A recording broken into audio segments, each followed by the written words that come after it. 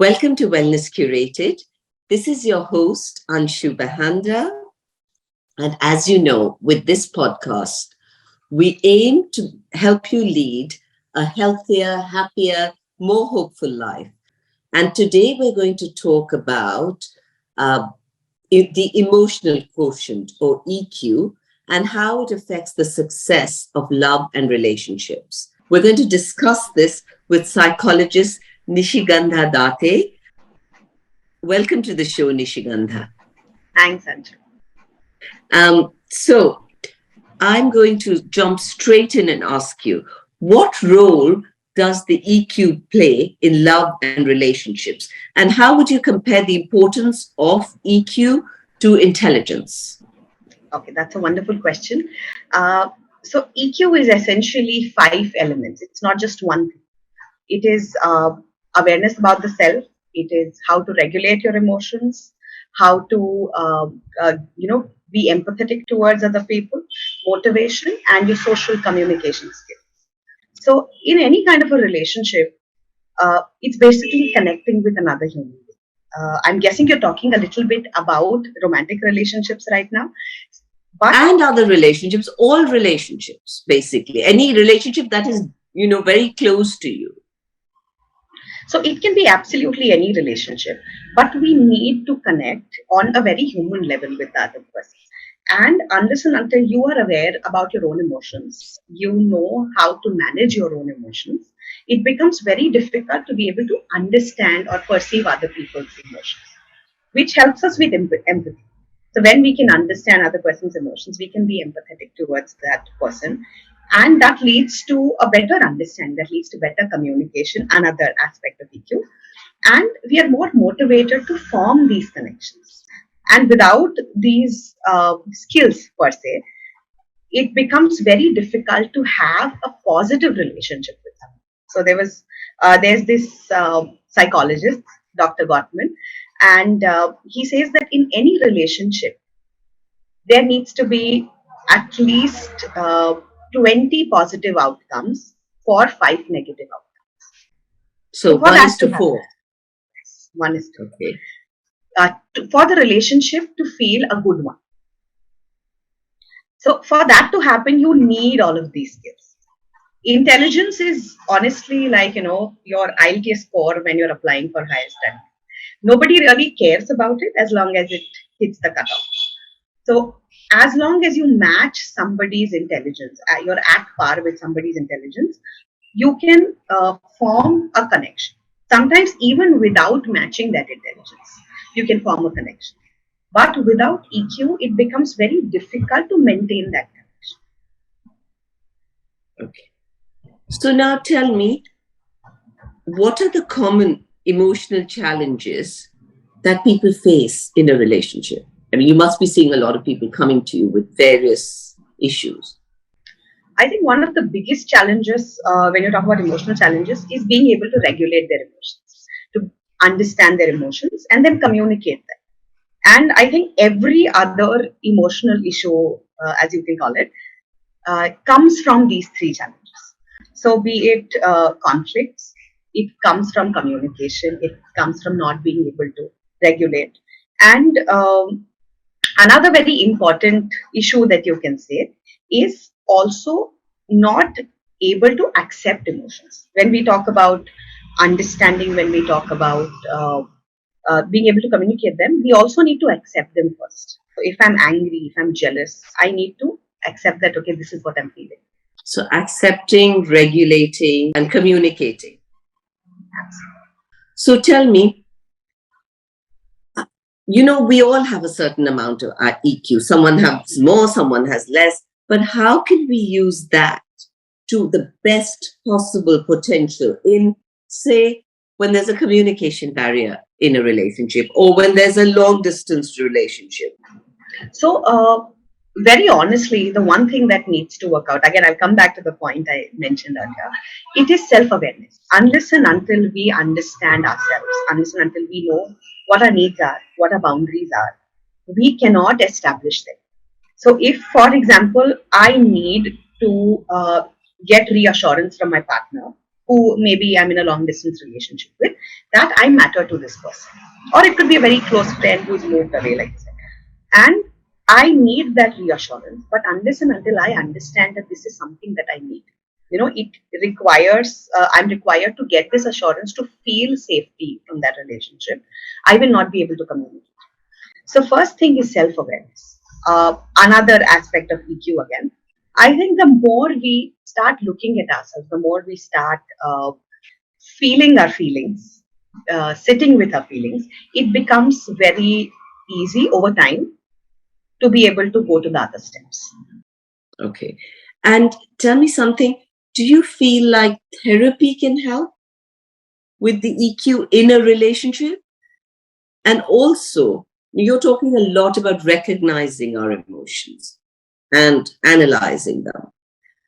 What advice do you have of recognizing and addressing codependency in relationships using EQ?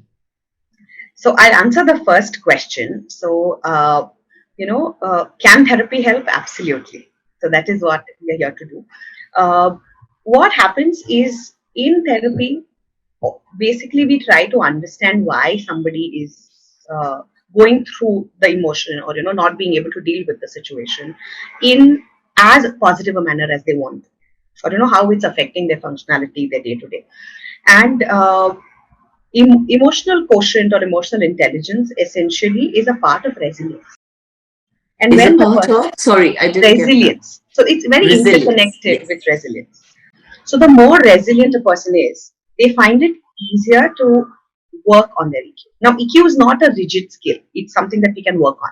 It's something that we can increase. So it really helps to work on individual skills and thus increase them through therapy or, through mentoring. About codependency, it does not stem from, it does not come in the relationship. It's because of something that's happened uh, throughout the person's life. Maybe it was the childhood, maybe it was other life experiences. And it is very important to recognize where it is coming from. When you figure out where it is coming from, then it is possible to understand how to work on it. So, for example, maybe this X, person X was not loved enough as a child. They did not get attention. They were ignored, and or they had very, very small social support system. Maybe it was just one parent and them, and they were responsible to meet that parent's emotional needs as well. That could lead to maybe codependency in an adult relationship. Okay. Because there are various reasons. I'm just giving you one example, but it could be that this person always understood that I have to be there for my parent. There is no other person who can be there for my parent, or the other way around. There's nobody for me. So when I find somebody, I need to stick to them because there's nobody else. So I really hold on to them when I find someone. Absolutely. Yeah. So it could be absolutely any reason why this codependency has come out in the first place, and maybe one or both the partners. Now we need to figure out what is causing it. Right. And then once we know the cause, we can work on the cause. We can work on reparenting, we can work on self-compassion, and finally come ahead with, again, I'll come back to the same, self-awareness and emotional regulation, better communication skills. And so self-awareness, identification, emotional regulation, better communication. We keep talking about these four basically. And compassion. So coming back to self-compassion, again, we're talking about empathy. Empathy and compassion. Okay. So don't you think we should be teaching this to children in schools, teaching more, focusing more on this? Absolutely, absolutely. Because so funnily, I used to work with an organization, and we did this. We did a students advisory program, and I was the one who designed an entire module for EQ from grade 6 to grade 12. And like you said, it is so important because every person, no matter what stream they choose, no matter what career they're doing, no matter where they're living, they will need to connect with other human beings, and they will need to be able to do it well. Even somebody who's a homemaker, that person will still need to connect with maybe family, people around them. So, like you said, it is so important to develop these skills, life skills, as we can call it. when we were growing up, right, there was no social media. Today, when I see my kids or my nieces and nephews who are older, or I see the younger people, I mean, this is the social media these are the social media generations. So, how do you think social media affects EQ, and what can we do about it? Okay, so a lot of people believe that social media has only negative effects on EQ or overall development, community, communication, all of that. But it also has a lot of positive outcomes. There's a lot of information available. There is a possibility of skill building, a possibility of connecting with other human beings through a platform which is available to everyone throughout the world. Like I was saying, we are doing this podcast right now. A lot of people will be able to reach this podcast, understand what we're talking about through social media. Probably. So it has its good parts. Obviously, there are bad parts. Most people know about it. But what it does is that it creates a sense of ideal self for people. So a pressure to present a specific persona. And that takes you away from the real self. It causes a lot of stress when you see that there is disparity between what you want to look like to the world versus what you want to be. And that kind of takes you away from your emotional intelligence and you rely on validation. And when we talk about validation, external validation, absolutely, we are losing out on internal motivation, which is a very inherent part of higher emotional intelligence. so also tell me, how can you use EQ to differentiate between a healthy and a non-healthy or an unhealthy relationship? Uh, First of all, the reason why uh, we can label something as healthy or unhealthy is because it gives us or creates stress. It does not help us resolve it. It probably postpones it or creates a negative outcome. So when we talk about relationships, fights are very healthy. So a lot of times people I end up agree. believing that, I 100% agree. Yeah. and for some reason they have this very bad reputation that a couple that fights, they're not happy. No, we just need to learn how to fight in the right manner, or how to fight with respect towards each other. If there is respect, if your emotional needs are being met, if there is empathy when you talk to each other, it really creates a positive outcome. So then that can be labeled as a healthy relationship. But if their fight is to criticize each other, is to downgrade each other, where listening is happening to retaliate or to defend oneself instead of to understand, then that is an unhealthy relationship. How we can actually use EQ is when we are communicating in any relationship, we need to make sure that we're treating the other person with respect, especially with this is a very common theme with children and parents, that because they're children, it does not mean that they do not have their own opinions, their own thoughts, their feelings. And even if you're an adult with more experience, you're looking at it through your lens. They need to learn. So even in that relationship, very common fights, especially with teenagers, it really helps to maintain that respect, maintain empathy. We were that age at certain point of time, and we know how it feels. They don't know how it feels to be there. So giving that empathy, giving that space for the other person to cool down when we're talking about conflict, when that is available, we can understand that it is a healthy relationship. Where that is lacking, where you do not feel good about yourself, that is not an, that is basically an unhealthy relationship. Okay, and earlier you had talked about childhood experiences. What about things like age and personality types and cultural backgrounds? Can you elaborate on how these make a difference on how you handle your emotional life? I think all of these have some other impact. I will give a lot of weightage to childhood experiences because that's where we get our sense of self from. So if I was, as a child, if I went to my mother and I was told if I wanted to talk to her about something, and she told me that no, right now I don't have the time. I'm doing something important. the message I'm going to receive is, okay, I am not as important. And if this message is repeated over time, I will understand that I'm not as important. And I will carry that throughout my life.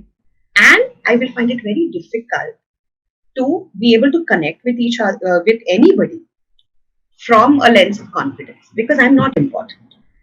So why will the other person want to connect? I will not communicate because I'm not important. I will not be able to show empathy because I've never received it from it. So I don't know how it looks like or how it feels like. So when you talk about a cultural background, I think uh, the entire socio financial cultural background comes together. When a person's basic needs are not met, it's going to be very difficult for that person to think about empathy towards others, kindness, think about awareness about the world around them, or motivation. The only motivation is to meet those basic needs. So, all of the things that you mentioned have a great impact on a person's EQ. Okay. And age? Do you think age has an impact? Honestly, I don't think so.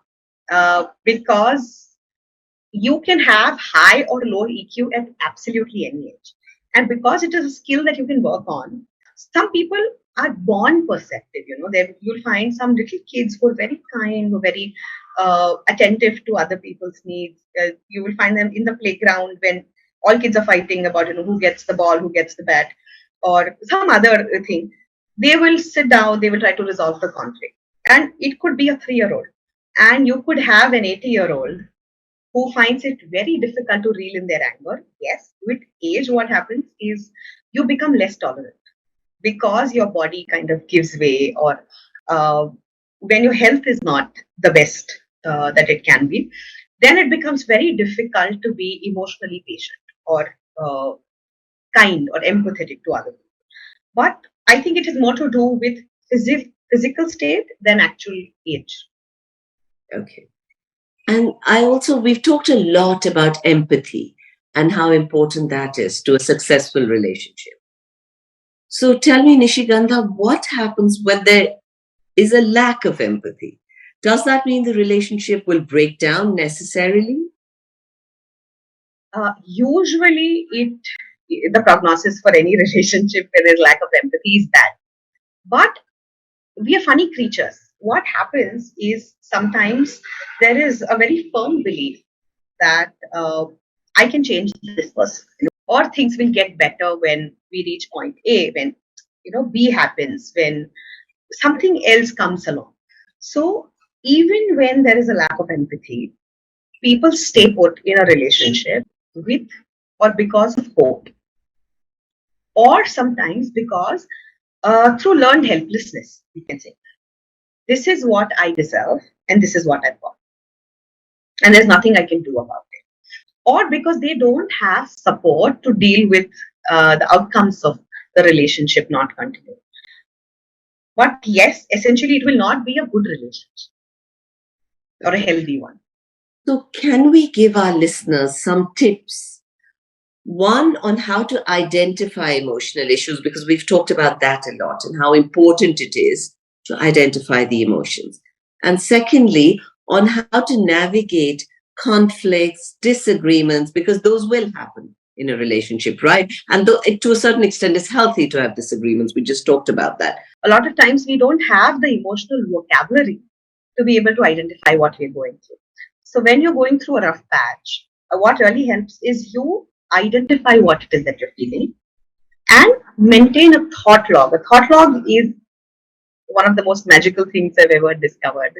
Uh, it is very simple. At the end of each day, you just have to write down whatever major overwhelming incidents happened to you throughout the day. It could be a positive or a negative one, honestly. So I will tell you what are the columns that one can use in a thought log. So first is the situation or the incident that happened. It could be something as small as I was stuck in traffic while I was getting late. Then in the second column, you identify what was the emotion or emotions. It could be multiple. I could be feeling frustrated. I could be feeling annoyed. I could be feeling uh, demotivated. I could be feeling guilty because I'm probably making somebody else wait. It could be a horde of emotions. And looking at the emotion wheel, I could identify what exactly it was that I was feeling. Then we try to understand what was the thought behind that emotion.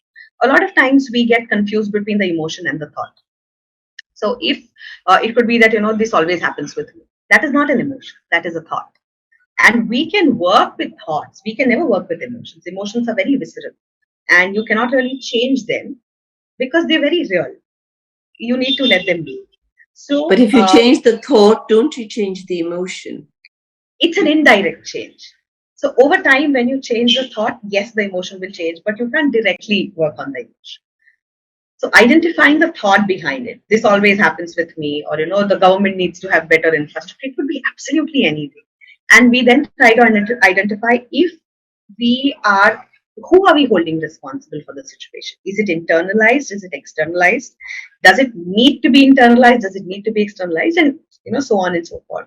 The third thing is, the fourth thing that we need to do is what action did I take? So I could have honked, knowing that it's not going to help. Just trying to vent out my frustration. I could just listen to songs and pass the time. I could call up the person I'm supposed to be, tell them that, this is the situation. I would love to be there, but I can't. And whatever it is that we have done during that moment, we note that down. And later at night, when we are thinking and noting all of this down, we think if I could have had some alternate action, which was better in that situation, if it is relevant, sometimes we did the best that we could. So there might not be any alternate action. But if there is something that we can think of, we mention that. Over time, we learn to know how we react. We learn to understand, okay, I usually react with anger in times of stress, or I usually react with blaming myself in terms of, in times of stress. And we notice patterns. When we notice those patterns, it becomes easier to stop them while they're happening, before they're happening. Okay. So you said first use an emotional wheel or which I've seen. It's a wheel with lots and lots of emotions. Simple. So first identify what emotion you're going through. Then make a thought log at the end of the day, which is the incident, the emotion, the thought behind the emotion, and the action that you took. Right? These 4 things. And later, when you are writing it down, what could have been the alternate action, which was better? So that's the 5th thing, the alternate action. And you can start seeing the pattern, if there is a pattern, over time. That's actually really useful. Thank you, Nishigandha. That's a very useful tool you've given people. The other thing I want to talk to you about is this idea that people have that if you have a high EQ, your relationship is going to be all smooth. Do people with higher EQs struggle in relationships also? And do people with lower EQs, sometimes because of other strengths, sail through their relationships? Is that possible, or you'd say no? That is possible. The reason not being that, other skills help them sail through, it's because the person in front of them has the hope, like I said, that, it will change over time. Unfortunately, we are used to accepting that, this is how this person is. He can't change. But that's not true. You can change. So sometimes, yes, people do manage to have at least a couple of good relationships with low EQ. But if you look at majority of the relationships that this person has, there will be bad relationships. Not most of them. A few might be. In case of a person with high EQ, they might have 1 or 2 bad relationships. That could honestly be because of the situation, because of the other people around them. So, for example, a person A has very high EQ, but their partner's cheating on them. They're going to struggle in the relationship, irrespective of how good they have been to the other person, or how kind, how empathetic, how self-aware, because it is out of their control. But if you look at most of their relationship, they will be positive relationships because they know how to connect with people on a level that makes the other person also feel worthy. Okay, wonderful. Now, Nishigandha, we do a rapid fire round, brief summary of our whole podcast chat. So I'm going to ask you 3 very quick questions. The importance of EQ in love and relationships. So EQ decides if the relationship is going to survive or not survive, or be a happy or a unhappy. Okay. The benefit of having a higher EQ. You succeed in personal relationships. You succeed at your professional front. You succeed at a lot of other leadership skills also, because you know how to work with it. Okay. And one tip for those struggling with lower EQ on how to improve it. I would say learn to sit with your emotion, learn to understand, identify, and then accept that emotion. Thank you, Nishigandha. That was such a useful chat. Thank you for your time and for sharing the thought log, because I'm sure that will help a lot of people. Thank you so much, Anshu, for having me. It was wonderful. To my listeners, I hope you learned something new, and I hope we've helped you get a little closer to leading a healthier, happier, more hopeful life. If you did enjoy this, please press like. Please tell your friends and family to subscribe. And most importantly, I would love to hear from you. So do send me an email with questions, with suggestions for topics. My email address is anshu@wellnesscurated.life. Thank you for listening, and thank you for trying to get healthier. See you next week.